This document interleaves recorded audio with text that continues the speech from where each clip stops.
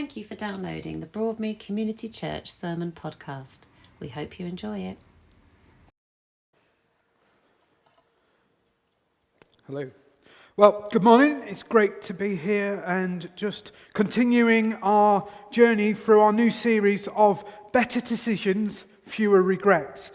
And this morning, the guy kind of goes through this series setting a question to us, to challenge us. And the question he asks is, what is the story that you want to tell? Or what is the story that you want to be told about you? And I don't know about you, but I love watching films.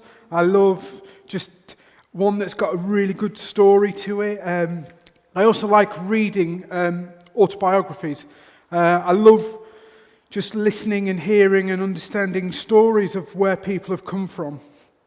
But also I love films based on true stories, because for me it's showing you what is happening or has happened. Okay, they sometimes exaggerate bits, it's not correct, but in it there is a story that is told. There is a story, and usually it's of heroics or bravery or great things. But in all of these stories, there is decisions that needed to be made. There was crossroads where there was options. There was choices to be made. And just like every story we watch, we want to see the good part of it. We want to see where choices were made wisely, where choices were good. But like any story, there is bad choices that can be made. And this morning, we're going to look at that question of, what story do you want to tell? In the book, the author talks about this, but one of the things he says is that everyone has a story to tell. We are all writing our own story. The only annoying part is, unlike movies and books, we have no clue how it's going to end, what the next chapter is, so we can't get ourselves ready for it. So we are in a story, and we have a story to tell. And when we're sitting with friends, with family, what do? We reminisce on stories that have gone before. Whether that's our parents' story, and usually we like to tell the ones of when something's not quite gone right, or one where you got into trouble, or your mum and dad got into trouble because of the choices they made. But we all love and hear and sit and talk about stories. But in every story, there is a decision to be made. And in his book, he says, do you know what? We can only do it one decision at a time. We come in our story to a point where a decision has to be made. But we can't then sit there and think, well, if that's going to happen soon, because we don't know. So we can only come and do one decision at a time. One decision after another. But I don't know about you. But I want my story that I tell to my friends, to my family, to be one that is good. I want it to be a good story where I can show and tell of great decisions I made, of choices that I made that took me to a really good place. But I also know that I have bad decisions in my life. I have stories that don't tell that. And sometimes it can be hard because we think, oh, what do we do? But actually, it's okay. And I want to use a bit of scripture just to kind of form this around. But I want to give a bit of background till we get to the bit we're going to read. Some of you may know this story, some of you may not. But it's just good to have something and to look at it through scripture and say, actually, this is something that can be found in Scripture. This is something that we can look at and go, people have gone before us using this kind of idea. And the idea that I want to look at is when we are trying to live our story in the moment, there's lots of things that can get in the way, that can change our decision. And a really big one of these is emotion. When we are emotionally charged, whether that's through anger, through joy, through upset, through anguish, it can cloud the judgment we make, the decision we make. And I know that just as I was teetering on the edge of kind of coming to faith and and what that looked like, I came to a point where I had a choice to make. I came to a point where I had a decision to go one way or the other. But at this time, it was quite a simple decision. Do I go along with something, or do I say, no, I'm not getting involved in this? And it was really a simple decision when I look back at it. I kind of go, it's blatantly obvious. God was saying, don't do it. Do not do it. And everything in my mind and the common sense says, do not do it. The consequences, the outcome is not going to be great. So just don't get involved. But at the time, I was quite angry. I was quite bitter. And I chose to go along with it. And that brought bad outcomes for me and for others. And this is one of the things, as we are telling our story, as we are going through it, our story impacts other people's story, whether we do good decisions or bad decisions. Now, around 1850 BC, there was a Hebrew teenager called Joseph who had 11 brothers. Now, Joseph was the favourite. His dad loved him. He loved him that much, he made him a special coat that was of many colours. And you're all thinking of the theatre now. But he also got a lot of things where he got the better choice. Because he didn't have to go and work the field. He stayed at home with his dad and his mum.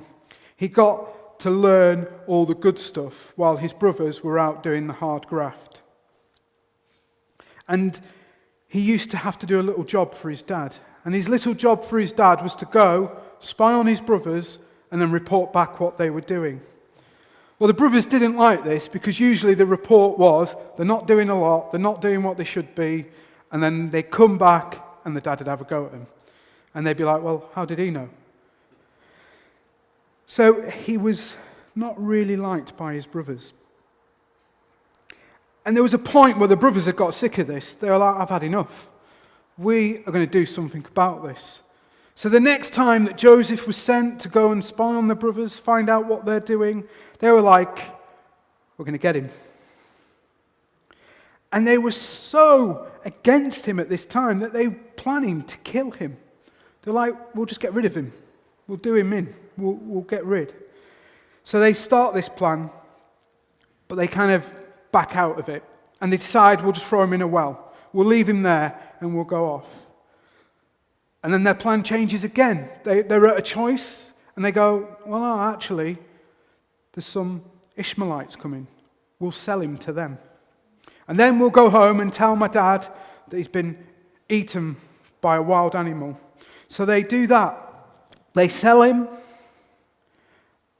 They get his coat of many colours. They tear it, they rag it, they dip it in goat's blood, and then go back and tell a story to their father of what has happened to Joseph. Right here we get a glimpse of a story that is to be told where they had many choices to make. But these were made through emotion. These were made in a place where actually they weren't stepping back and looking at this. And one of the things we're going to look at, and we're going to use this passage we get to in a minute to kind of look at, is what do we do and what did they do in these moments when emotion is there but there is a decision to be made? Do we just act out of emotion, or actually do we step back, think about what story is this going to tell? What story is this going to be in my life? Because when you make a decision in your life, it is a permanent part of your story. You can't rewind, say cut, go back and go, no, that one didn't quite work, let's try a different way. I don't quite like that option. Whatever you choose is a permanent part of your story. And you may not want to tell it, but it will get told. There was a program that my nan used to watch about 5 programs religiously. No matter even if she was on holiday, she would watch them. And they were Coronation Street, EastEnders, Emmerdale, Holby City, and the 5th one, when it was on, was This Is Your Life. And this was a program where this grey-haired guy would come with this big red book and hand it to someone and say, "This is your life." And then it would go to a studio where he'd have a plethora of people who would come out and tell him a story of this person's life. And I just thought to myself, when I was reading this, I was like, I wonder what the brothers would have thought if at that moment, after making those decisions, after selling him, after lying to their father, telling a story of lie, that they then had to live at that moment for the rest of their lives telling. And there's a challenge in that. Do we want to be one that tells a story of truth or a story of lies? But I just think, what would they have thought if this guy had come out with a book and goes, "Oh, now we're just going to tell the story of your life"? Would they have been thinking, "Oh, brilliant, I've got some great stories of great things I had done"? Or are they going to be thinking, "Oh no, I hope he hasn't found out that story where we got rid of my brother because we were jealous, because we were angry because he was getting all the favour and we weren't, and we just seemed to always getting told off"? What would be the story that they would tell? And when we look at our lives, do we think the same? If someone was to come out and say, "Oh, we're just going to look at the story of your life," would you be like, "Oh, great"? Or would you be like, "Oh no, there's certain bits I wish and hope don't get into it because actually there was bad decisions made in the wrong emotion"? And we're going to look at that. And this is one of the challenges that this sets, is actually to stop when we come to that road where we've got to make a choice that will change our story permanently. Are we going to rush, or are we going to step back and just ask that question of, what story do I want to tell in this situation, in this circumstance? So, in this story, we've got to the point where they've sold Joseph. He gets taken to Egypt, where he is sold to a guy called Potiphar. And we're going to pick up this story in a minute. But straight away, here, Joseph has a decision to make. He's been sold. He is now under Potiphar. Potiphar owns him. What Potiphar says goes. And Joseph has a choice. Well, he has 3. Every decision there is options. It's about working out what is the option that is right. And Joseph has 3 options. At the first chance he gets, he can do a runner. See you later, I'm off. But that option comes with the consequences of they will come after him, they'll either put him in prison or just kill him. The second option is to do what most of the other slaves do. Do enough that you don't get punished, but not enough that you are working really hard to prosper that person. So you do enough just to get by. You do enough so you don't get flogged. Or his third option was he gives it his all. He gives it everything. He gives it 110%. And we're just going to pick up the story just here. This can be found in Genesis chapter 39. Where it says this: "Now Joseph had been taken down to Egypt. Potiphar, an Egyptian who was one of Pharaoh's officials, the captain of the guard, bought him from the Ishmaelites who had taken him there. The Lord was with Joseph, so that he prospered, and he lived in the house of the Egyptian master. When his master saw that the Lord was with him, and that the Lord had gave him success in everything he did, Joseph found favor in his eyes and became his attendant. Potiphar put him in charge of his household, and he entrusted him to the care of everything he owned. From the time he put him in charge of the household of all that he owned, the Lord blessed the household of the Egyptian because of Joseph. The blessing of the Lord was on everything Potiphar had, both in the house and in the field. So Potiphar left everything he had in Joseph's care. With Joseph in charge, he did not concern himself with anything except the food he ate. Now Joseph was well-built and handsome. And after a while, his master's wife took notice of Joseph, and he said, "Come to bed with me." But he refused. With me in charge, he told her, "My master does not concern himself with anything in the house. Everything he owns, he has entrusted to my care. No one is greater in this house than I am. My master has withheld nothing from me except you, because you are his wife. How then could I do such a wicked thing and sin against God?" And though she spoke to Joseph day after day, he refused to go to bed with her or even to be with her.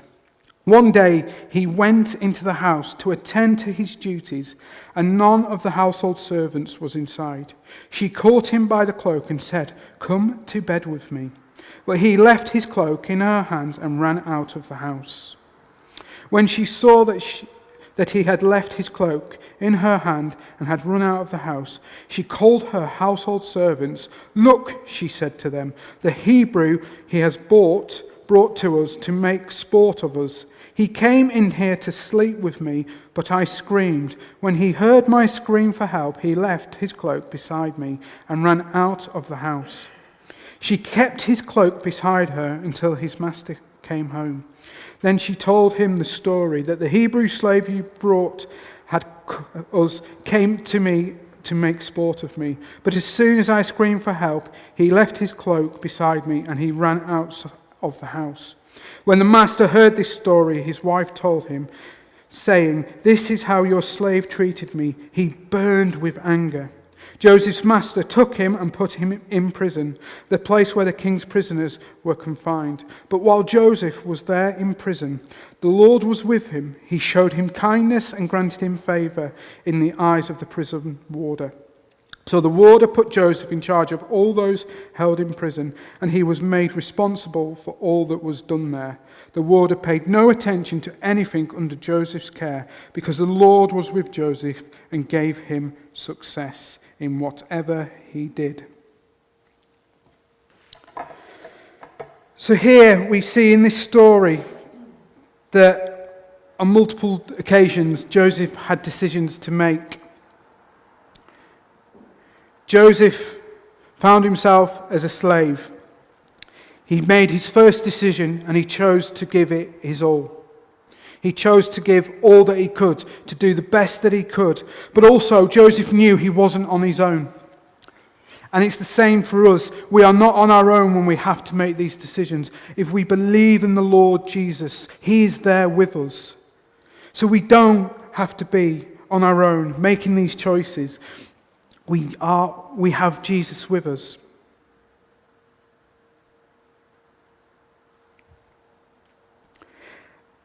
And in his time under Potiphar, he had favor. He had favor from God, and he had favor from Potiphar. Now, the situation that Joseph was in, he didn't choose it. He didn't go out and think, "I want to become a slave today, so I'm going to do something so that I can do that." No, just circumstances took him into that path. Choices that were out of his control took his story down a different avenue. And that happens. That happens to us today. There is circumstances that can change what happens. Now, an example of this is that when we first started coming to Broadmead, I was working for a charity doing drug education. Going into youth groups, going anywhere just to teach about drug education, to try and prevent people from getting involved in it, but if they did, to have informed choices. But that position they couldn't carry on, so I was made redundant.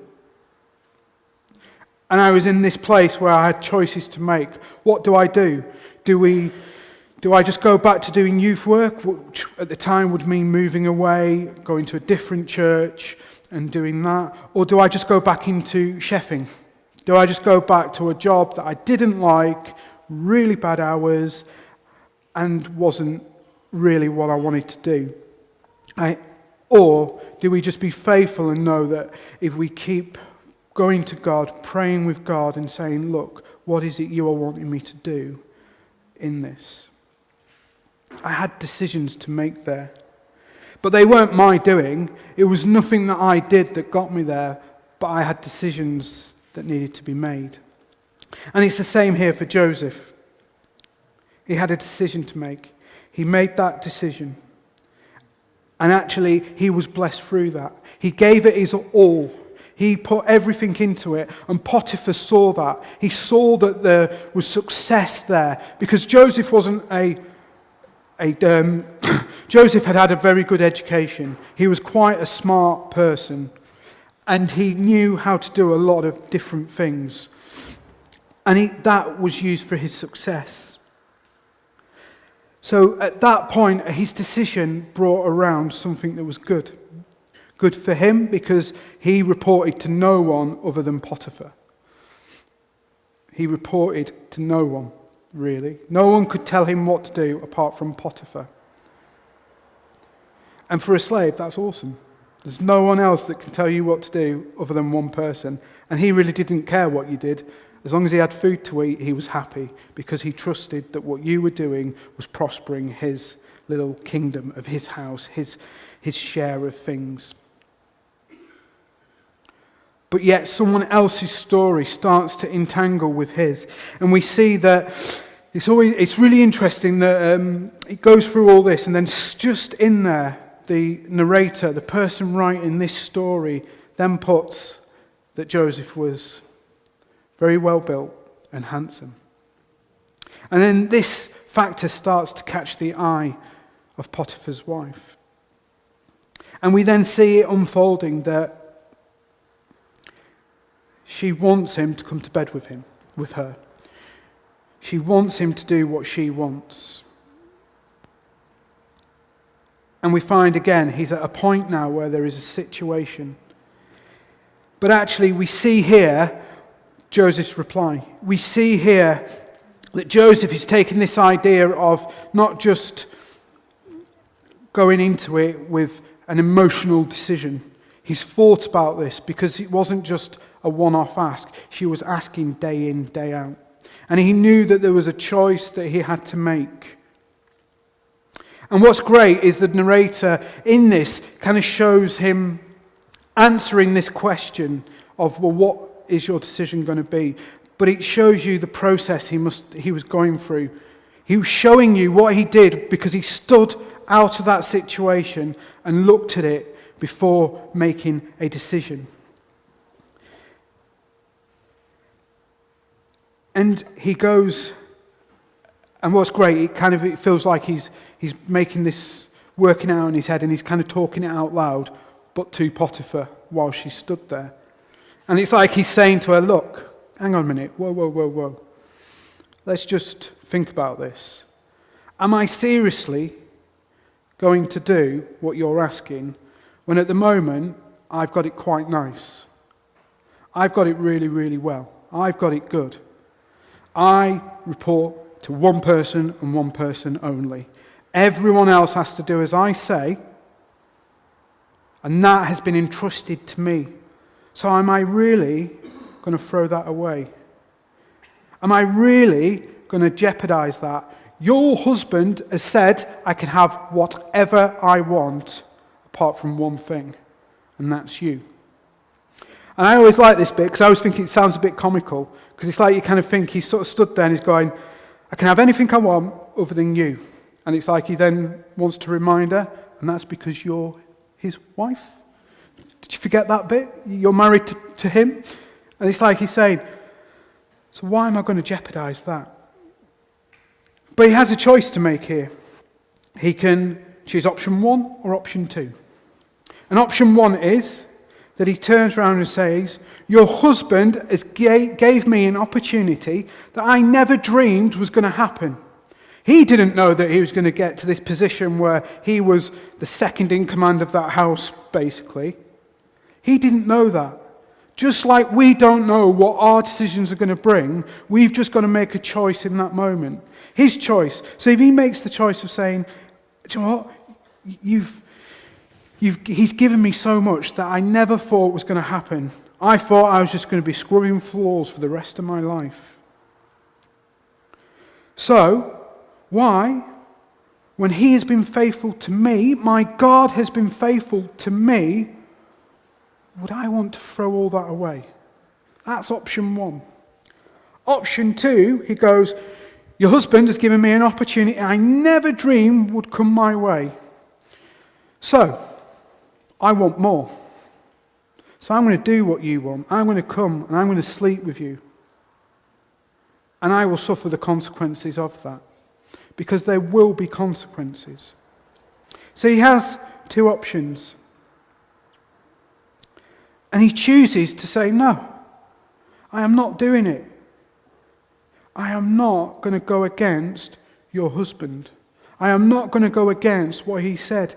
But he adds a little bit into it as well. Because you kind of hear him having that discussion. And he says, and on another level, why would I want to sin against my God that in all that is going on has stood by me, has delivered me, has given me favor even in this horrible circumstance of being a slave? He made that choice. But the reality is, he made that choice and the outcome was not going to be great. And he knew that. No matter which way he went, there was going to be a consequence that was out of his control, but it wasn't going to be good.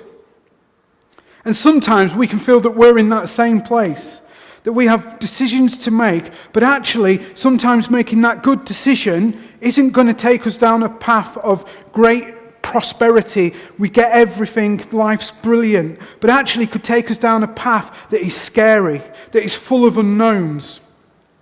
And that might be something as simple as you being at work and your boss says, look, I forgot to do this, can you lie for me?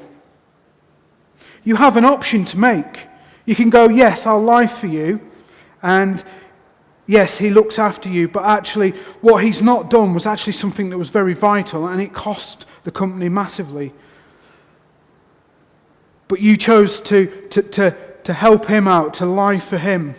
Yes, it's good for that moment, but the consequences is that it's found out that there was a mistake and it lied there, that you then lied for that person, and you're just in as much trouble as he is.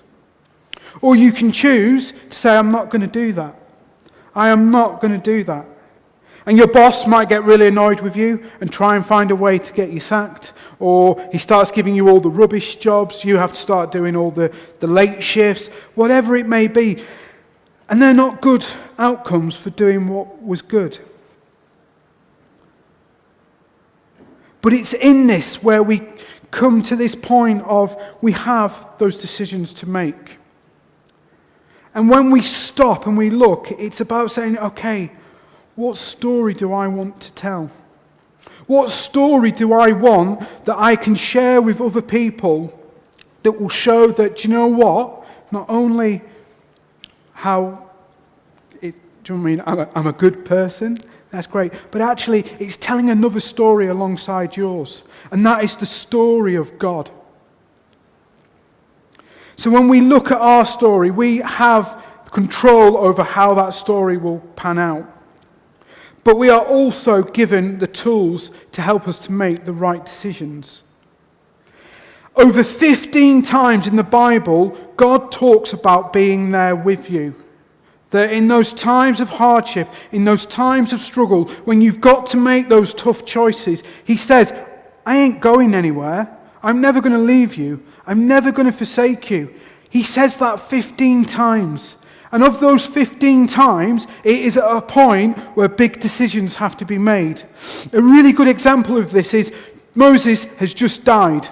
Joseph is now being told, you're going to be in charge of the Israelites. You need to step up. It's now your time. He has an option. Say, nah, it's not for me. Someone else can do this. I've just spent 40 years watching how hard that was. I ain't taking this gig. Or he goes, yes, okay. But actually, when it came to his time, do you know what? God spoke to him. God said, look, you're not on your own. No matter what happens, I will be there. The only thing I'm asking you to do is to keep your eyes fixed on me. To keep looking to me, looking at what I am telling you to do. And when those options come, when there's choices to be made, you don't have to make them on your own. You are not alone. I am with you. I will help you. I will guide you. But we can't make those decisions. We can't hear God when we act in emotion because we are clouded. And this is the challenge that this sets when we are looking at making better decisions so we have fewer regrets. The challenge is actually when you come to that point where there is decisions to be made, to just stop. It doesn't mean stop for 10 years and go, still waiting to hear, still waiting to find out what it is. Some options, it's a few seconds. Am I going to go to this concert or am I not? But actually you can go, I really want to go to this concert. I really love this band, this, that, the other. I've never seen them. I've always wanted to. And your emotion is building up to, it's going to be this amazing thing. But actually you're allowing to miss the fact that actually you've got to be at work the next morning. You've got a really important meeting. And there's a lot going on, and actually you're going to not get home from this until silly o'clock. You're going to get a few hours sleep. Are you really going to be ready for what's next? But that emotion of being able to see that band that you've been wanting to see for all your life since you heard of them can cloud. But it's only when you step out of it and say, actually, what was that going to look like if I choose that? And what will it maybe will it look like with the other option? You can't guarantee that it's going to go that way, but actually you can make quite a good judgment call when you step out of it and you look at it in that frame of, well, what story is this going to tell? So I want to set that as the challenge this morning of when you are in that point of making decisions, to stop, to step out, and to decide, is this a story I will be proud of? Is this a story I would happily stand up on stage in front of everybody and tell? Also, I just want to challenge you this morning as well, to actually, when it comes to making decisions, to not allow or choose to make a decision that will cause you to go down a story of a lie. Like the brothers, they were stuck for a very long time, living a story of a lie. Every decision you make becomes a permanent part of your story, the story of your life. Do you want that story to be a good story? A story of how actually you did the right thing, you made the right choices. Yes, it didn't always mean that the circumstances and the consequences for making the right choices at that moment were good. But what a story to be able to tell when you make the right choices, when you choose to go the right way, that you can say, but because of that, God honoured me. Yes, the circumstances were rubbish, but do you know what? He protected me. You make that decision to go against what your boss is asking because you know it is the right thing. And he does everything to try and get rid of you. But because you have done the right thing, God honours you. So even if you lose your job, he finds you your next job. Even if you stay there, he protects you because he is with us. And all through the story of Joseph, at every point he had a decision to make, he chose to make one that honoured God, that gave God glory. And when we do that, when he did that, he had times where he prospered and he had times where he didn't. When he was in prison, it wasn't just for a few days. He was there 7 years before anything even happened. But in those 7 years, it talks about actually he just gave it his all. He said, I'm going to be here for a while, so I'm just going to do the best that I can here. If I'm given a job to do, I'm going to do it the best that I can. And that is all he did, yet God honoured him. So that question I asked at the beginning was, what story do you want to tell? What do you want your legacy to be? What do you want when you are gone for people to be talking about? Is it the mistakes and the failures and how not to learn from not doing that? Or is it from the things that you did right? But in all of it, know this: God is with you. And God is there to help you to make that decision. Jesus said to the disciples, look, I'm going, but I am sending someone that will never leave you. He will dwell in you. He will help you. He will guide you. He will give you the strength to do whatever it is. But you have to allow him. You have to come to him. You need to ask him for his help. So I just want to encourage you this morning, when you come to those points in your life, when you've got decisions to make that are going to impact your story, that are going to be a permanent mark in your story, that you just stop, you take a moment with God and say, which option is the right one? But don't worry if you choose the wrong one. It's not game over. You're not stuffed. It doesn't end there. But be quick to acknowledge it, that you've got it wrong. And use it as a tool to share then where you went wrong and where you should have gone.